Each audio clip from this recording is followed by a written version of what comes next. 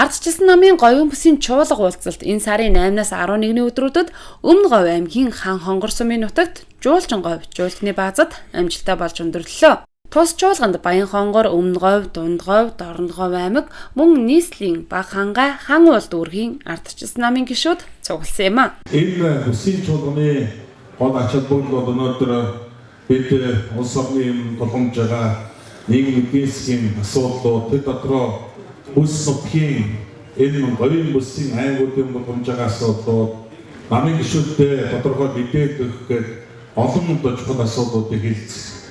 Тэнд бас тодорхой хэмжээний гарц одоо тэр бодлогын асуудлуудаа хэлцэх. Энэ чиглэлээр бол бүсийн чуулганы зохион байгуулахаар бид энэ тулгамж болж байгаа. Чуулганаар үндсэн хуулийн өөрчлөлтийн талаар байр сууриа нэгтгэх, дүгнэх, санал бодлоо солилцохоос гадна намынхаа үзэл баримтлалын төслийг хэлэлцсэн юм а. Мөн намын үйл ажиллагаанд чанарын удирдлагын тогтолцоог нэвтрүүлж байгаатай холбоотойгоор сургалт, санал асуулгыг чуулганы үеэр зохион байгууллаа. Ардчилсан намын удирдлагуудын шийдвэрээр энэ жил намын шинжилгээний хүрээнд 2 бүсийн чуулганыг хийхээр шийдвэр гарсан. Эхний чуулган Зүүн бүст амжилттай болж өндөрлсөн. 9 сарын 8-наас 11-ний хооронд Ардчилсан намын говийн бүсийн чуулган Өмнө Говь аймгийн Хан Хонгор сумын нутагт болохоор төлөвлөгдсөн. За ингээд чуулганы үйл ажиллагаа маань үндсэндээ ингээд амжилттай болоод дуусч байна.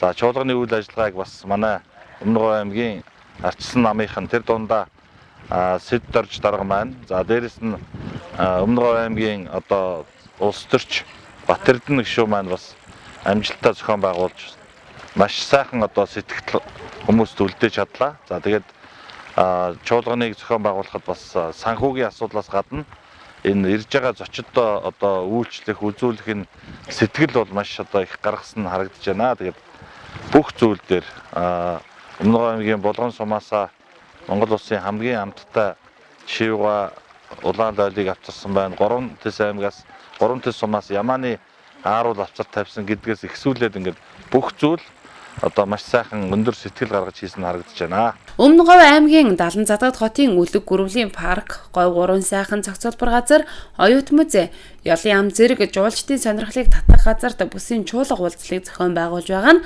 бас нэгэн онцлог юм а. За энэ удаагийн Ардчилсан намын говийн бүсийн чуулга уулзалт амжилттай сайхан болж байна. Тэгээ Монгол улсынхаа өмнгийн бүсэд байгаа Дунд Говь, Өмнө Говь, Дорно Говь, Баян Хонгор аймаг, Баг хангай дүүрэг, Хан уул дүүргийн маань 1206 хүн энэ чуулга оролцлоо. Тэгээд энэ чуулга уулзалтыг зохион байгуулж Өмнө Говь аймгийн Ардчилсан нам хөрөн бүрэлдэхүүнээр ажиллалаа. Манай Ардчилсан намын 5 ажлын хэсэг байгуулж нийт гишүүд дэмжигчид 15 сум бүрэн бүрэлдэхүүнээр ажиллаж сайхан зохион байгууллаа. Энэ чуулга уулзалтанд манай аймгийг өмнгийн цэнхэр говийг зорж ирсэн нийт аймагуудаа, дүүргүүддээ Өмнө Говь аймгийн Ардчилсан намын зүгээс баярлалаа илэрхийлье. Түүнчлэн улсын их хурлын гишүүд намын удирдлагуудын илтгэлийг сонсч Монголын улс төр нийгэмд өрнөж буй үйл явдлын талаар шинэ соргог бодиттой мэдээлэл авсандаа орон нутгийн намын гишүүд олзуурхаж байсан юм а. Энэ өдрүүдэд мөн төрийн болон намын шагнал авсан гишүүдтэй ардчилсан намын удирдлагууд хүндэтгэл үзүүлж шагналыг нь гардуулж өгөхийн зэрэгцээ урлаг спортын арга хэмжээ зохион байгуулж шилдэгүүдэд шалгаруулж шагнаж урамшуулсан юм а. Одоо 69 жилийн дараа автар гац авлаа. Ардчилсан намынхаа хамт олонд хачих баярлаа. Хамт олонтойгоо насан туршдаа хамтдаа явна. Би 20 жил Ардчилсан намынхаа төлөө зүтгэсэн. Зүтгэхийн төлөө би 3 удаа сайхан медаль авсандаа туйлах баяртай. Бүсийн чуулганд ирсэн гишүүд ардчилсан нам шинжилгэснээр жирийн гишүүдийнхээ оролцоог дэвшлүүлж аливаа асуудалд бүх гишүүдийнхээ саналыг авдаг болсныг онцолж бүсийн чуулгануудаар дамжуулан улс төрийн эдхвийг сэргээж мэдлэгийг нь дээшлүүлж байгаад талархалтай хандж байлаа. Түүнчлэн нам нэгдэж нэгэн цул хүчин болсноор 2017 оны Монгол Улсын ерөнхийлөгчийн сонгуульд ялалт байгуулж улс орны хөгжил дэвшилд хувь нэмрээ оруулж эрх баригчдын алдааг засч сайныг дэмжих хүчтэй сөрөг хүчин бүрдүүлж байгаад намын удирдлагуудаа талархал илэрхийлж байсан юм а.